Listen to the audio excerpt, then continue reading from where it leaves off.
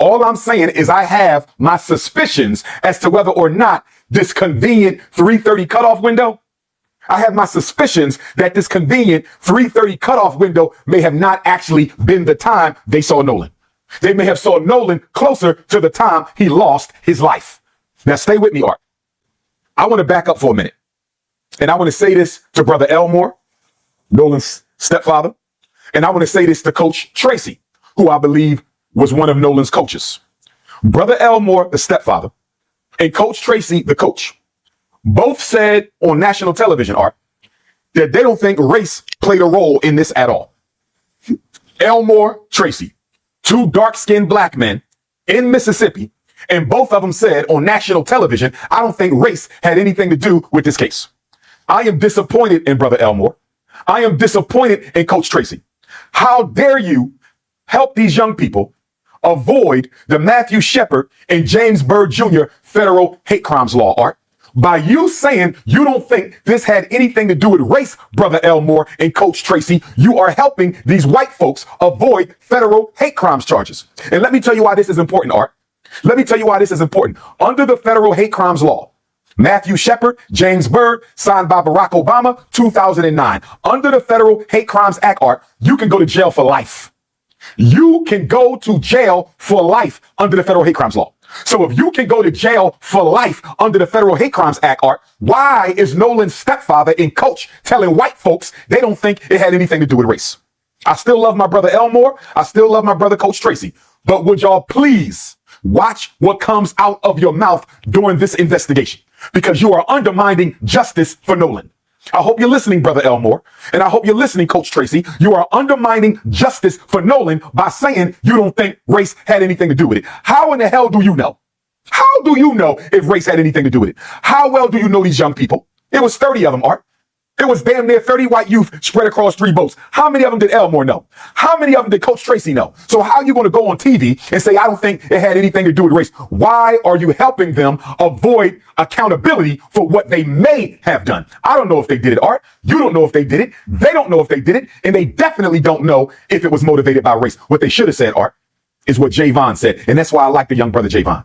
That's why I like that young brother, Javon. His mother, Sister Tashima, shout out to you. You raised a good kid. When TMZ asked Javon if he thought it had anything to do with race, Art, when TMZ asked Javon if he thought this had anything to do with race, he said, what? I don't want to answer that question. I don't want to answer that question. Perfect answer. Perfect answer. Or, Art, they could have said, I don't know.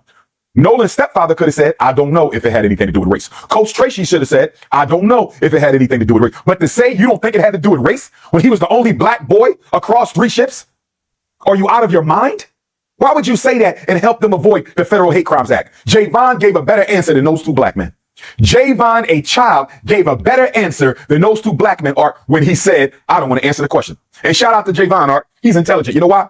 Because by saying, I don't want to answer the question, he answered the question. Of course, race has something to do with it. This is the United States of America. Race has something to do with everything involving black people. The country was built on the backs of black people. It's maintained on black people. We are disproportionately represented in the criminal justice system, overrepresented in the unemployment line, under the poverty line. Of course, everything in this country has to do with race. And I'm disappointed in us, Art, that we are so afraid to call racism what it is, that we literally got people asking us, when a white person takes the life of a black person, do you think it had anything to do with race? When a police officer takes the life or shoots a black person, do you think it had anything to do? What kind of idiotic gaslighting question is this, Art? All white people are racist. All white people are racist. So we can stop asking if it had anything to do with race. If it's black and it's white, it has something to do with race because all white people are racist. That's just how it is. Now let's get back to this. Let's get back to this. Before we deal with the infamous Cito call, Art, I got a few questions for Warren. I want to deal with that infamous Cito call, Art, and I want to deal with Sister Tashima and Sister Christine's visit to Warren's home to get Nolan's cell phone. I want to deal with them too in a minute, but before I go there, I got a couple questions for Warren and his white friends. Nolan's best friend, and Warren even called Nolan his brother, Art. He even called him his brother. He said they spent the night together before they went out to White Devil's Horn Island, Art. The night before, July 3rd, they stayed in the same home. How do you stay in the same home with somebody, Art, and leave them on an island? How do you sleep in the same house with somebody July 3rd and then leave them on an island July 4th? But I got a few questions for Warren. No disrespect. I'm not saying he's innocent. I'm not saying he's guilty, but I got a few questions for you, Warren. Since you can sit down and interview with Officer B.T. Coon, I need you to sit down and interview with Dr. Umar Ifatunde. So you can sit down and interview with Officer B.T. Coon, I want you to sit down and interview with Dr. Umar Ifatunde. My first question to Warren, you said that Nolan is a best friend of yours, that he's like a brother. I have a question. If Nolan is your brother and best friend, why did you leave him on that island, especially when you all were drinking? Because somebody put a report out there, Art, that Nolan had been drinking heavily and was intoxicated. Of course, that allegation was dismissed because the coach who contacted Sister Christine confirmed that he spoke to Nolan between 2:30 and 3:30 and Nolan was not intoxicated. So they lied to protect their friends because white people are always on code, Art. Not a single white person on that island dropped a dime yet. Not one of them. So anyway, Art, they tried to blame it on him being drunk. So he was just a drunk black kid who walked into the water and drowned. That's the narrative they wanted us to swallow. He was just a drunk black kid who walked into the water and drowned. And remember, Art, Sheriff Ledbetter allegedly ruled the case an accidental drowning before he did any investigation. He ruled Nolan's death an accidental drowning before he did any investigation. As far as I'm concerned, that meets the definition of public corruption. As far as I'm concerned, that meets the definition of public corruption. But stand with Warren, Art. Warren, if Nolan is your brother and best friend, why did you leave him on an island without his cell phone and his keys? Why did you take his cell phone and keys back to the mainland? You left him there and took his cell phone and keys back. Can you please explain that to me? What person wants to be on an island without their phone? Help me understand that, Warren. I don't know of an 18-year-old who wants to be anywhere without their phone, Art. They don't want to be in school without their phone. They don't want to be at home without their phone. They don't want to be out of town without their phone. They don't want to be at the mall, the movies, the restaurant. They don't want to be nowhere without their phone, let alone on an island with no way to get off. You left your best friend on an island, your so-called brother. You left him on an island with no way to get off, and you took his phone and his keys. Can you explain that to me, Warren? While you're thinking about it, I got another question for you, Warren, while you're thinking about it. You said at 11 o'clock, you called Miss Christine to see if she heard from her son. Warren said, Art, I called Miss Christine to see if she heard from Nolan. She said she had not heard from Nolan. Can I ask you a question, Warren? If you took his phone, how in the hell was his mother supposed to hear from her son when you have the son's phone? Did you tell Miss Christine that you had her son's phone when you called her? I bet you didn't. I bet you didn't. Think about that, Art. He called the mother and asked her if she heard from her son. But he knows she didn't hear from her son, Art, because he has her son's phone. How can the mother hear from Nolan when you have Nolan's cell phone and you left him on an island?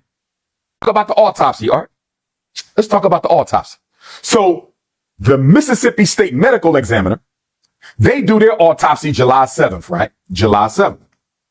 And then Nolan's mother requested an independent autopsy, as she should have. They send Nolan's body to Washington, D.C. When the black medical examiner gets the Nolan's corpse, Art, the throat tissue and the lung tissue is gone. How is he supposed to determine if Nolan died from being choked out or if Nolan died from drowning if he don't have the throat tissue or the lung tissue, Art? How is he supposed to do his job and y'all didn't send the throat tissue or the lung tissue? And nobody has explained yet whether or not the medical examiner in D.C. is ever going to get the throat tissue or the lung tissue. And I personally believe, Art, I personally believe Nolan was deceased before he hit the water.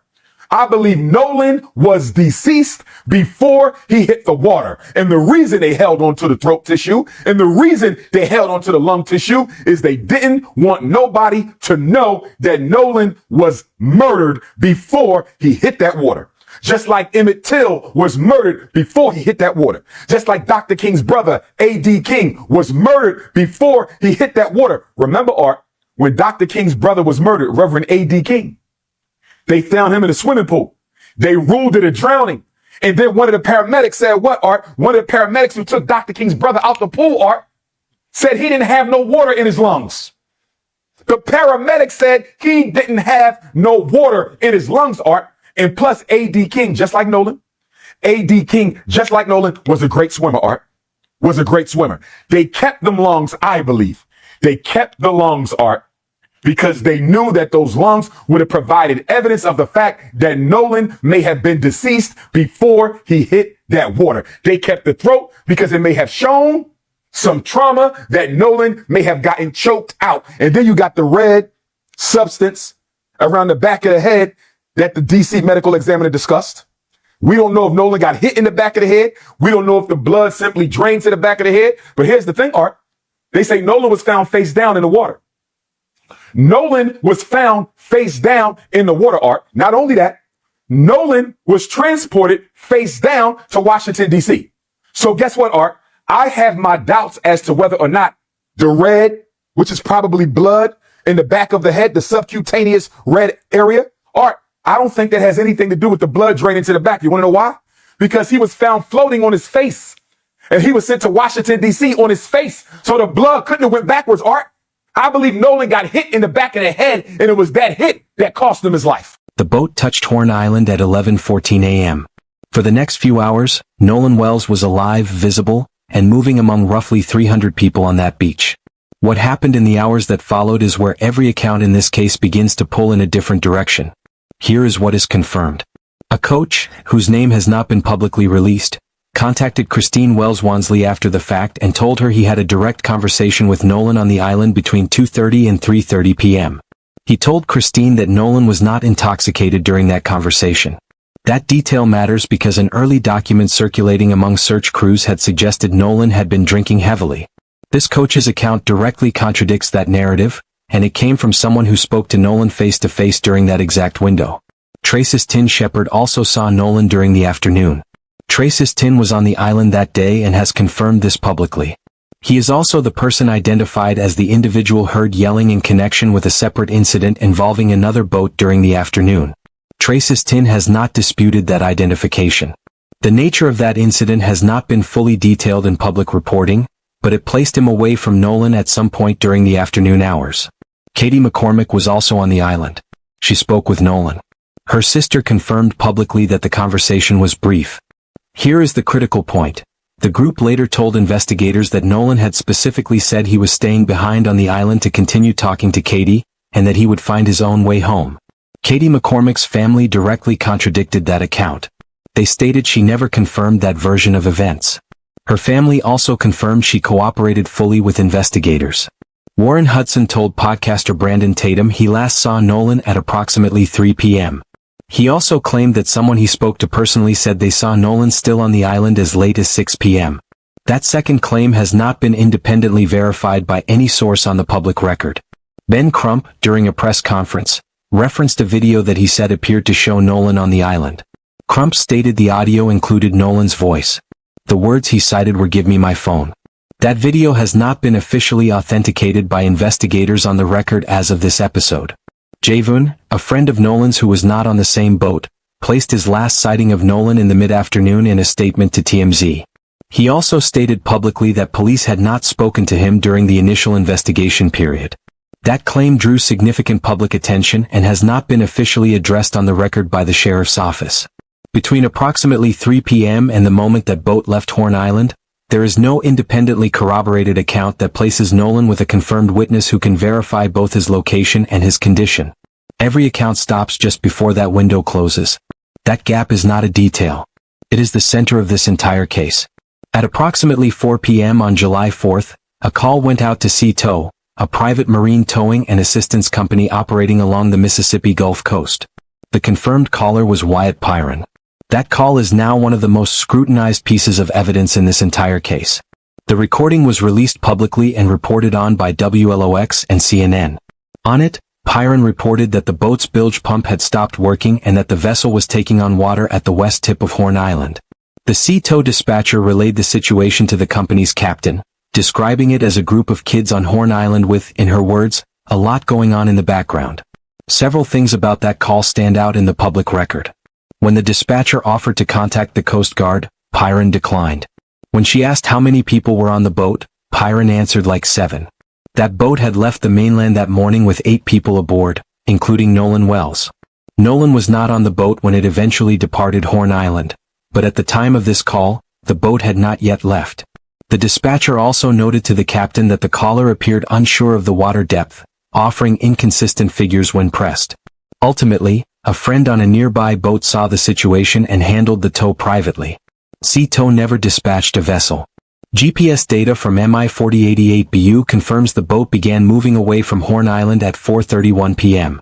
Now here is where the confirmed record ends and the disputed territory begins. Audio engineer Jeanette Brantley came forward publicly and stated she had cleaned up the background noise on the recording. She claimed that what she heard in that cleaned audio suggested something was actively occurring on the boat involving Nolan during the call. That claim spread rapidly. However, CNN reported that an independent expert disputed the enhanced audio interpretation that had circulated through TMZ. The two assessments do not agree. Ben Crump's legal team retained its own forensic audio specialists to conduct an independent review of the full unedited recording. Those findings have not been publicly released as of this episode.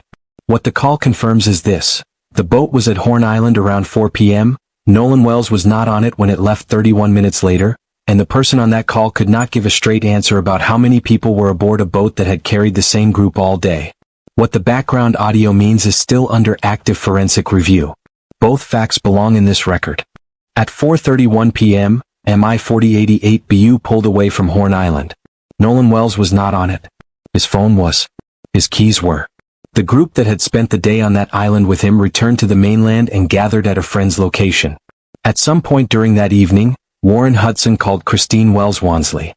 He called to ask if she had heard from her son. He did not tell her he had Nolan's phone. Christine had not heard from Nolan. She could not have. The device he would have used to contact her was sitting with the same group of people she was now speaking to. Hudson's call to Christine has not been disputed by him or his legal team in any verified public statement. It is part of the documented record. Christine filed a missing persons report at 12:22 a.m. on July 5th. Before or around that time, Christine and Tashima, the mother of Nolan's friend Javon, used the Life 360 location sharing app to trace Nolan's phone. The app led them directly to the location where the group had gathered. When they arrived, the house was dark. They waited. After approximately 15 minutes, someone came to the door and handed over the phone. No explanation was offered for why the phone had not been returned earlier. No explanation was given for why Christine had not been told during Hudson's call that her son's phone was with them. That sequence of events is confirmed by Christine's own public account and stands uncontradicted in the verified record. In the weeks that followed, Warren Hudson, Jack Spatalo, and Morgan Seymour launched a fundraising page on GiveSendGo. Their attorneys Edward Paltzik and J. Tyler Cox confirmed publicly that the fundraiser was intended to cover defense costs against potential lawsuits and to address what the three described as slander. That is their stated position and it is accurately sourced. This case is still active. The grand jury has not convened. Every development will be covered on this channel. If you are not subscribed yet, now is the time. Hit subscribe and turn on notifications so you do not miss a single update on the Nolan Wells case as it moves forward. July 5, 2026. Nolan Wells had been missing for less than 24 hours and a search was already underway along the Mississippi Gulf Coast. That same day, an internal document from the Mississippi Department of Marine Resources was sent to search crews. It was later obtained by ABC News. The document noted that witnesses told investigators Nolan had been consuming a significant amount of alcohol on the island before his disappearance. That document circulated widely in the days that followed and became the foundation of an early public narrative that Nolan's death was the result of intoxicated misjudgment. It has not been corroborated by the state autopsy, which remains sealed. It also sits in direct conflict with what the unnamed coach told Christine, that when he spoke with Nolan between 2:30 and 3:30 p.m., Nolan was coherent and not intoxicated. 2 accounts. 1 document. Neither officially resolved. On the morning of July 6th, a United States Park Ranger discovered Nolan's body along the northwestern shoreline of Horn Island. He had been in the water. He was 18 years old. Sheriff John Ledbetter told CNN that day that no foul play had been identified at that time. Jackson County Coroner Bruce Lynd confirmed to CNN there were no immediately obvious signs of foul play or trauma on the body, but that the circumstances were uncertain enough to warrant a full examination. He requested a complete autopsy from the Mississippi State Medical Examiner's Office. That autopsy was performed on July 7th. The results have not been released to the public. They will go directly to the grand jury. In the weeks following the discovery of Nolan's body, the Jackson County Sheriff's Office confirmed it had interviewed approximately 60 witnesses. The FBI was brought in to assist with digital evidence review. Investigators made a formal public request for original, unedited photos and videos from July 4th, specifically any material depicting alleged altercations or containing images of Nolan Wells on the island that day. That request alone confirmed something significant. There was material out there that investigators believed existed and needed to see. Whether they received it in full has not been confirmed on the record. The FBI's involvement extended beyond the death investigation itself. The Bureau confirmed to ABC News it was actively working to address interstate threats received by individuals connected to the case. Traces Tin Shepard confirmed publicly he had received threats. Ashley Cole, Warren Hudson's mother, posted publicly that she had also received death threats. The threats were real enough to draw federal attention. Whether the FBI's role extended to the circumstances of Nolan's death itself has not been publicly confirmed. The family's legal team raised several documented gaps in the investigative approach.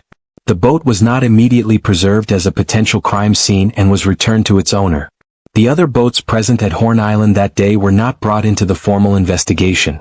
Cell phones belonging to attendees were not confiscated.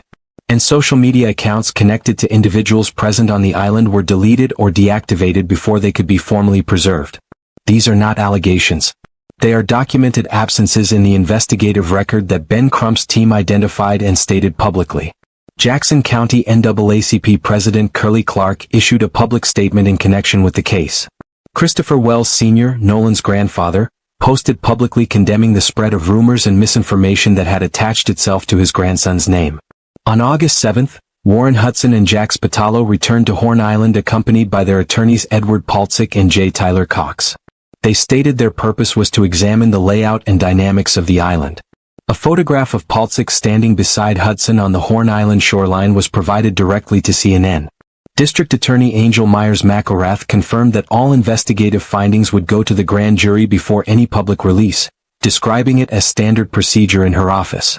4 days after Nolan's body was found, on July 10, 2026, an independent autopsy was performed. The family had requested it. Former NFL player and activist Colin Kaepernick funded it. The pathologist who conducted it was Dr. Roger Mitchell Jr., board-certified forensic pathologist, president of the National Medical Association, which is the oldest and largest organization of black physicians in the United States, and former chief medical examiner of the District of Columbia. His credentials are not in question. His findings, however, raised questions that remain unanswered. The preliminary results were not released quietly. On July 22, 2026, Attorney Ben Crump stood before a press conference at the 117th NAACP National Convention in Chicago and presented Dr. Mitchell's findings to the country. Christine Wells-Wonsley and Elmore Wansley were in that room. Here is what Dr. Mitchell found, stated plainly. The cause and manner of Nolan's death were listed as undetermined, pending further investigation. No fractures were identified on the body. No lacerations. No deep tissue injuries. Those findings did not produce a clean answer in either direction. They neither confirmed foul play nor ruled it out. Two specific findings required further investigation. First, red discoloration was identified in the soft tissue at the back of Nolan's head. Dr. Mitchell flagged the cause of that discoloration as unclear and noted it needed to be examined further. Second, and most forensically significant, Dr. Mitchell did not receive Nolan's internal neck structures. The trachea and surrounding tissue had been retained by the Mississippi State Medical Examiner's Office during the initial autopsy performed on July 7. Dr. Mitchell's report acknowledged directly that retaining anterior neck structures during an initial autopsy is a recognized and common forensic pathology practice. That acknowledgement matters. It means the retention itself is not evidence of wrongdoing. But the consequence of that standard practice is concrete. Because those structures were absent, Dr. Mitchell stated clearly that he could not rule out injury to the neck as a contributor to or cause of Nolan's death. He listed 7 outstanding questions. How did Nolan enter the water? Was there water in his airway? Were there neck injuries? Was there brain bleeding? What did stomach contents show? Those questions remain open. Toxicology results were not available at the time of the independent exam and were not included in the preliminary report. Dr. Priya Banerjee, a board-certified forensic pathologist who provided expert commentary to media, noted that second autopsies carry inherent limitations because initial examinations necessarily alter the body's condition. That is standard forensic science, and it applies here regardless of any other factor in the case. Ben Crump called on the Mississippi Medical Examiner to share its photographs and initial observations with Dr. Mitchell and stated that Mitchell's findings should be included in the evidence package presented to the grand jury. 2 autopsies. 1 body.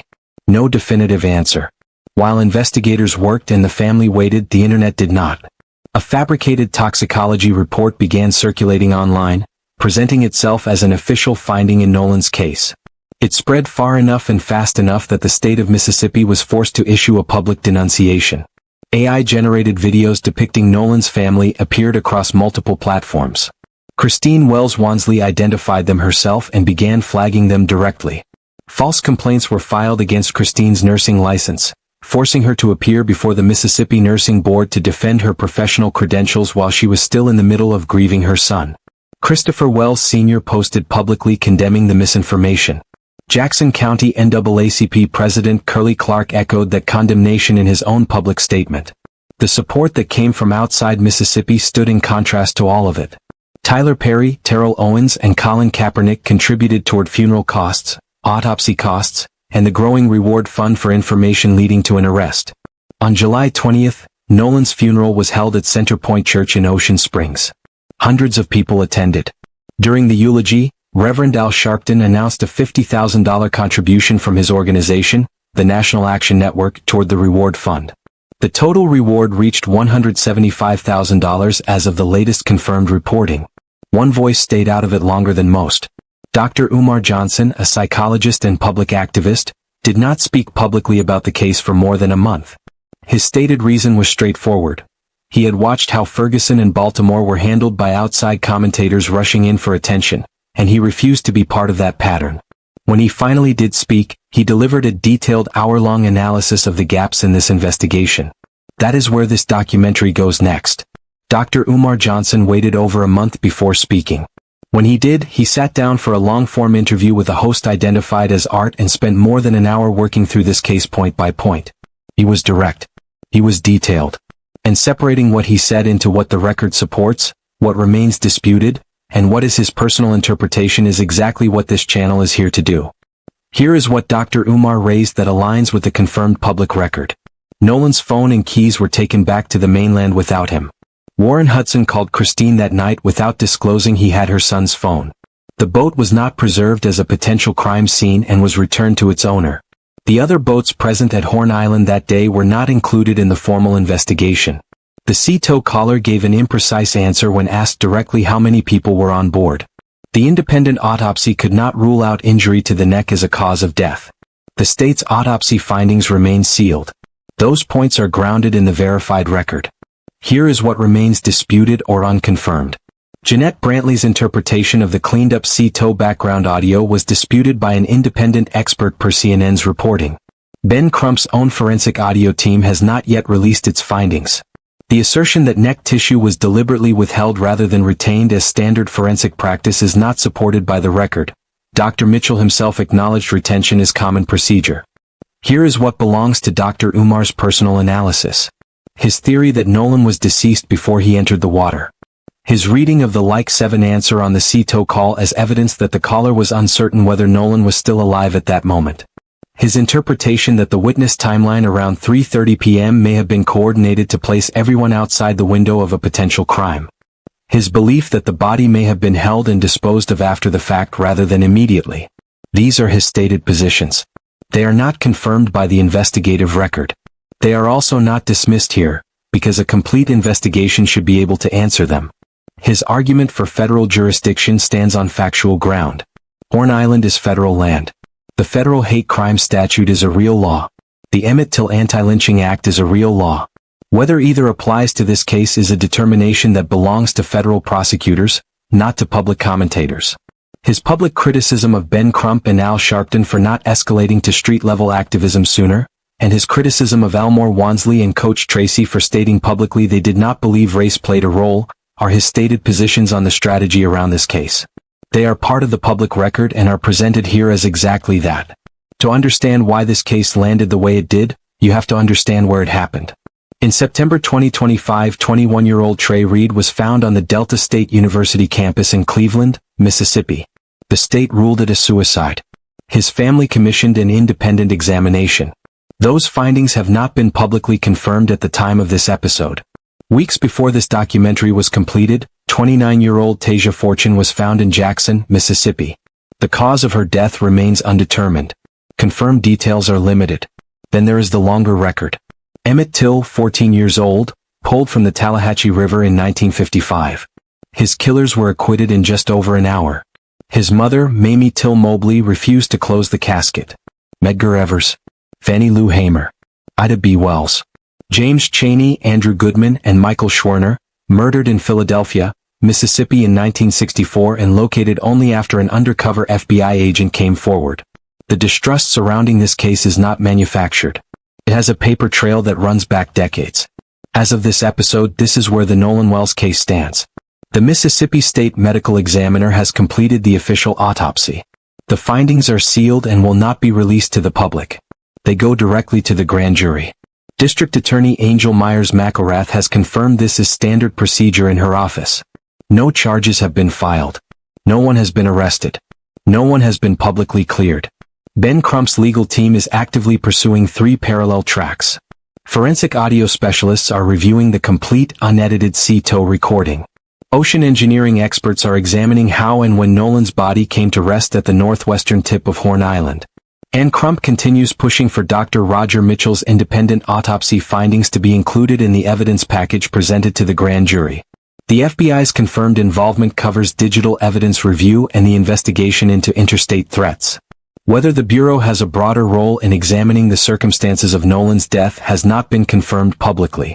Warren Hudson and Jack Spatalo returned to Horn Island on August 7 with attorneys Edward Paltzik and J. Tyler Cox. No findings from that visit have been made public. The reward fund stands at $175,000. The grand jury timeline has not been publicly confirmed. Those proceedings will be private. The public will not know who sits on that jury or how they reach their decision. Christine Wells-Wonsley is still waiting. Nolan Xavier Wells was 18 years old. He had a scholarship, a team, and a plan for his future.